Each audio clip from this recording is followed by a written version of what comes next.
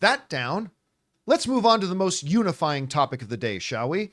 Let's talk about this. Last night, The Acolyte dropped its first 2 episodes. Yeah. Now, just to give you guys a little bit of context from where I'm coming from. I am, of course, a major Star Wars fan.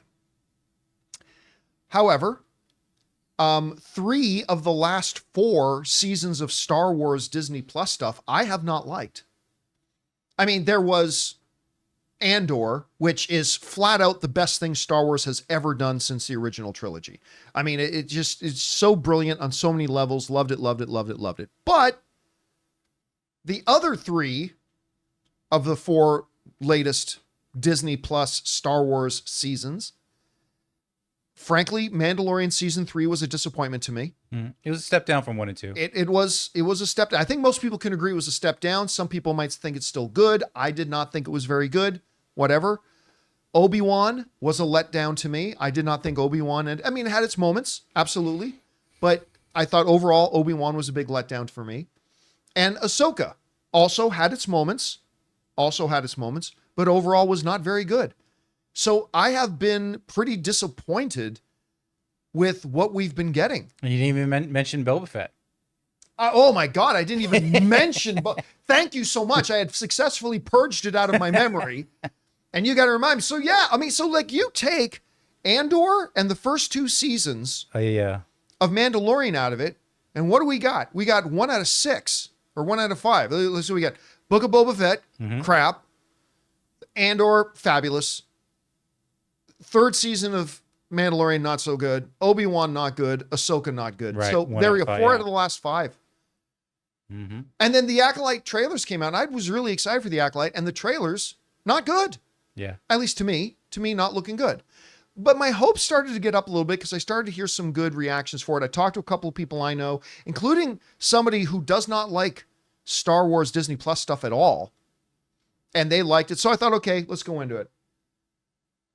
So last night, Ray was here too. We sat down and watched the first 2 episodes of The Acolyte. So here's my thoughts on it. Now, first of all, it should be said, I acknowledge there's a lot of people who were already saying this is the worst TV show ever before the show ever came out, before they ever saw it. I'm not talking to any of those people. There's nothing you can do about that. I'm going to say this overall. I think the show in the first 2 episodes shows potential. But some of the standard Star Wars on Disney Plus problems remain. Okay. I'm going to go into both sides of that. So I think the first 2 episodes shows potential, but it's still coming along with some of the baggage that the other Star Wars shows have had as well. So let me start with the good stuff. Let me start with the potential. I dig the idea of taking a Star Wars environment and doing a straight up murder mystery. I like that idea. In concept, I like that. And I'm in for it. I'm like, yeah, let's do that. So I kind of like the whole premise of that. The second thing is Lee Jung-jae from Squid Game. In his first ever English speaking role as Jedi Master Soul, I love this character already. I really, really like the character. I thought he emoted perfectly. He had a little bit of Qui-Gon in him. He had a little bit of Obi-Wan in him. Like, he kind of represents the ideals of a lot of what a Jedi should be. I really liked him in it. I thought he was fantastic. I thought Amandla Stenberg, is that how you say it? I thought she was solid. Particularly, well, I won't go into that because, by the way, we're going to have an open spoiler discussion later this afternoon. At 4 p.m. Los Angeles time. So if you want to come by and have a full open spoiler discussion with me, we'll go into all the details, all the nitty gritty, the things we really like, the things we didn't. Come on back at 4 p.m. Los Angeles time. We're going to do a full in-depth open spoiler discussion. Now, but just in general, I liked Amandla quite a bit. I thought she worked. The action scenes, where there were some, were fabulous. I loved the clip they dropped online of that fight between May and Master Soul, and it doesn't disappoint. And, you know, the show starts with a big action sequence. I loved it. I love seeing hand-to-hand combat in the Star Wars universe. That part worked really well for me. Could have used a little more, but for what was there, I truly enjoyed it. So, premise, give it a thumbs up for the premise. The performances overall, I thought strong. Love Lee Jung-jae, and Amanda was pretty solid too. Okay, so, and I will say this as well. Each time each of the 2 episodes finished, I was anxious to watch the next episode. That's a pretty good sign. Like episode 1 ended, I'm like, all right, let's get on episode 2. And then when episode 2 ended, I'm like, are we sure there's not a 3rd episode? Because I was, even with all the baggage we're going to talk about here in a second, I was like, okay, I want to see the next episode. So I'll give it that as well. Yeah. So there's potential. There's 6 more episodes to go. There is potential. I'd like to say on the Calvin Candy scale, they still have my curiosity. They don't yet have your attention. Yeah. They still just add having your curiosity. Yeah. But I want to remind everybody, Obi-Wan started strong. Not everybody agrees with that, but I thought that episode 1 was awesome. I thought Obi-Wan started real strong, and I got real excited for the rest of the series. Wah, wah. Then it kind of went to hell, right?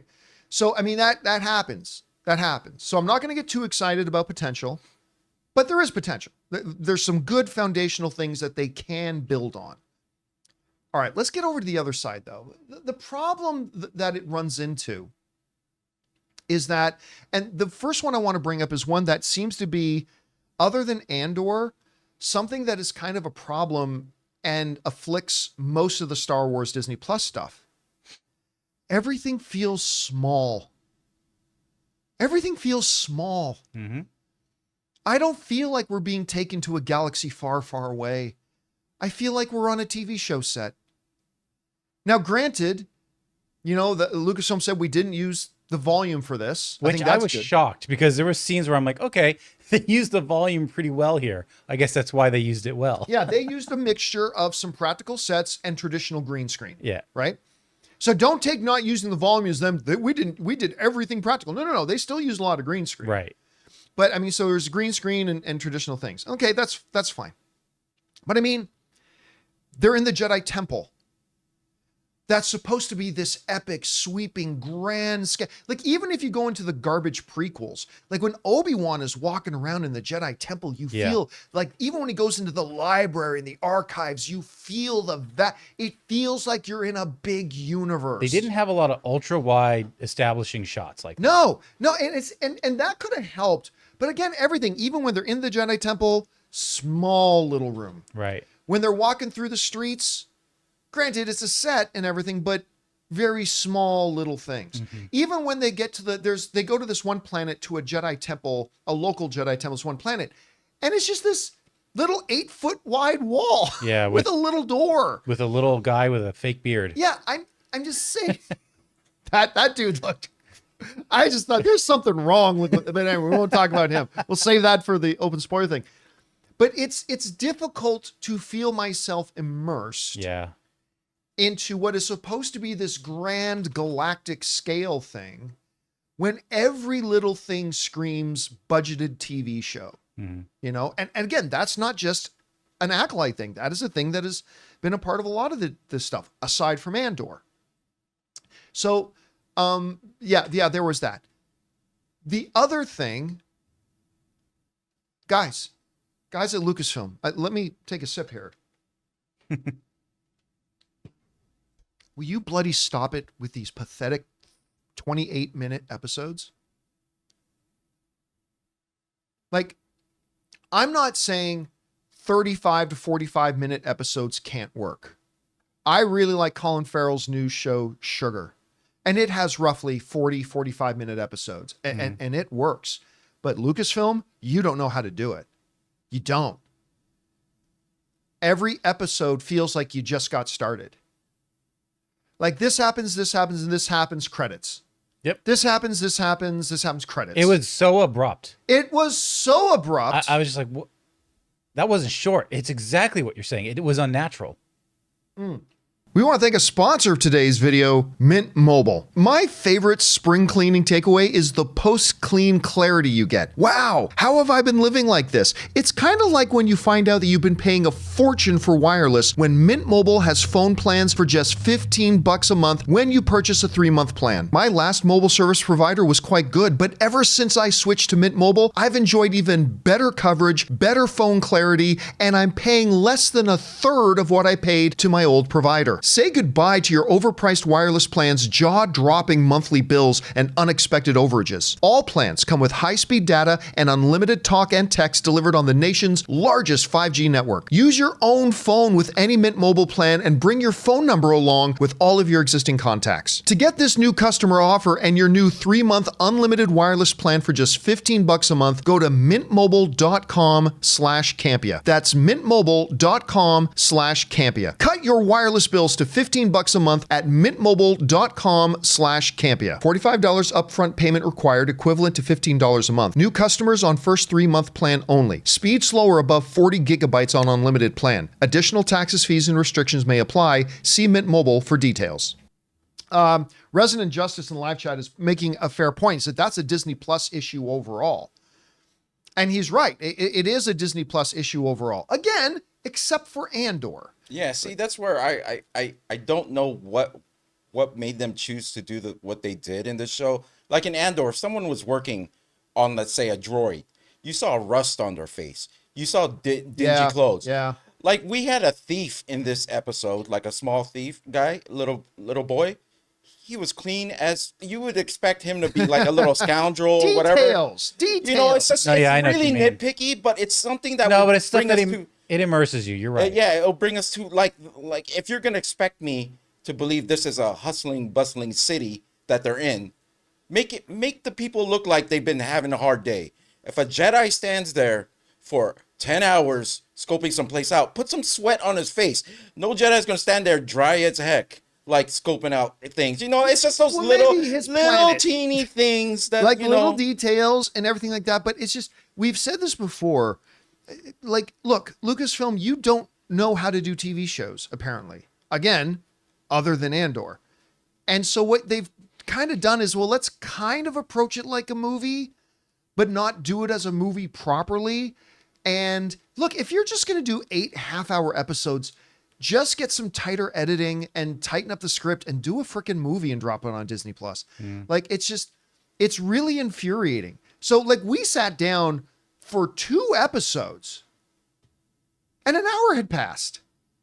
Like, literally, we got through 2 episodes in an hour. It's like, anyway, so. Oh, can I say one more thing? Yes. I love the fact that we have a Jedi now that he can fight people with his hands behind his back and just like totally make a fool of him. I love this main guy, like this Soul guy. Soul, yeah. He's just so cool. He's just so stoic and like if there's trouble in front of him, he just seems so calm. He's the one you want to be with. He has no doubt in his head he's about to whoop your ass. I'm gonna say he also had the most convincing acting.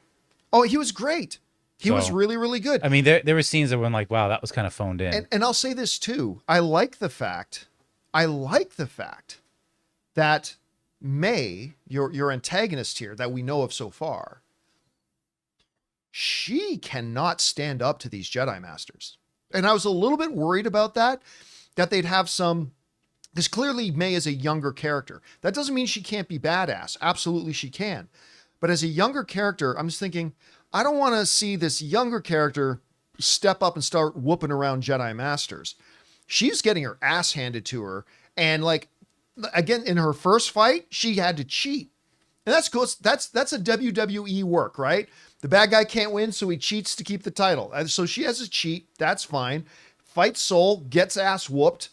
I kind of like that. And yet I still feel she's a threat. So they did a good job kind of walking that line a bit. You know why she's a threat? She might be underhanded or whatever, but she has that will to you know, that will that we could see in her.